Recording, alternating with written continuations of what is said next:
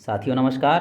पुनः आपका स्वागत है। निपुण भारत अंकुर मिशन अंतर्गत कक्षा 2 में भाषा विषय से संबंधित हमें जो आवधिक आकलन लेना है 18वें सप्ताह का, वह हमारे किताब में या वर्कबुक में कौन से पेज में दिया हुआ है और किन किन बिंदुओं पे उसका रिकॉर्ड हमें बच्चों का संधारित करना है, आइए उसके बारे में हम देखते हैं। तो साथियों, यह पेज नंबर 168 से लेकर के पेज नंबर 176 के बीच में यह आकलन दिया हुआ है, आवधिक आकलन, जो कि हमारा 18वें सप्ताह का होगा।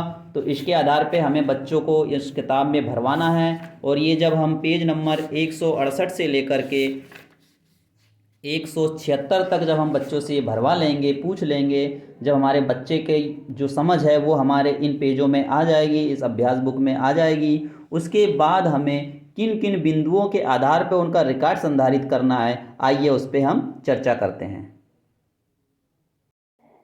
साथियों, देखते हैं 18 सप्ताह का जो आवधिक आकलन होगा उसका प्रपत्र कैसा होगा, किस आधार पे किन किन बिंदुओं पे हमें बच्चों का रिकॉर्ड रखना है।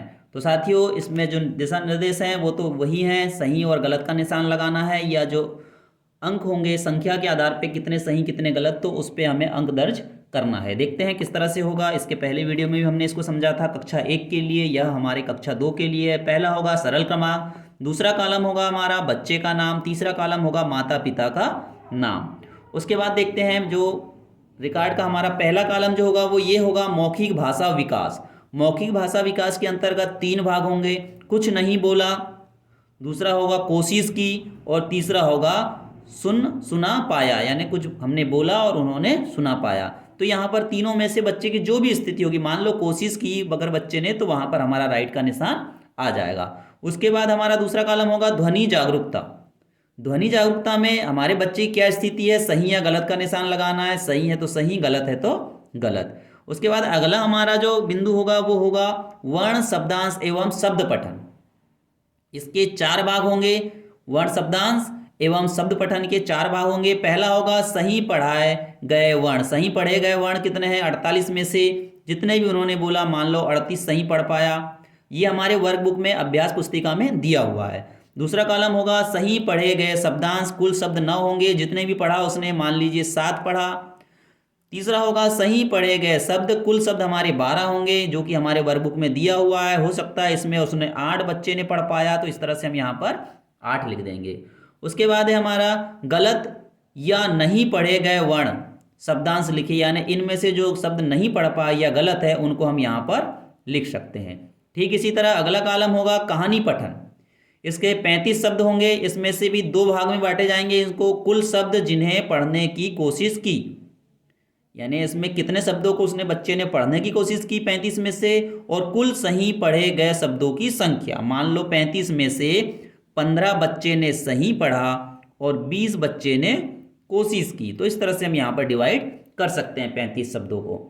अगला होगा कहानी पढ़कर समझना, यानी बच्चे ने कहानी तो पढ़ लिया लेकिन समझ उसके अंदर कितनी है। इसके मुख्य 2 भाग होंगे, फिर उनके 2-2 अलग अलग भाग होंगे। पहला होगा तथ्य आधारित प्रश्न और इन्फेरेंस प्रश्न। 2 तरह के प्रश्न होंगे, पूछे गए प्रश्न की संख्या, कितने प्रश्न पूछे, और सही जवाब की संख्या। मान लीजिए आपने 3 प्रश्न पूछे, सही जवाब कितने निकले बच्चे के, 2 निकले।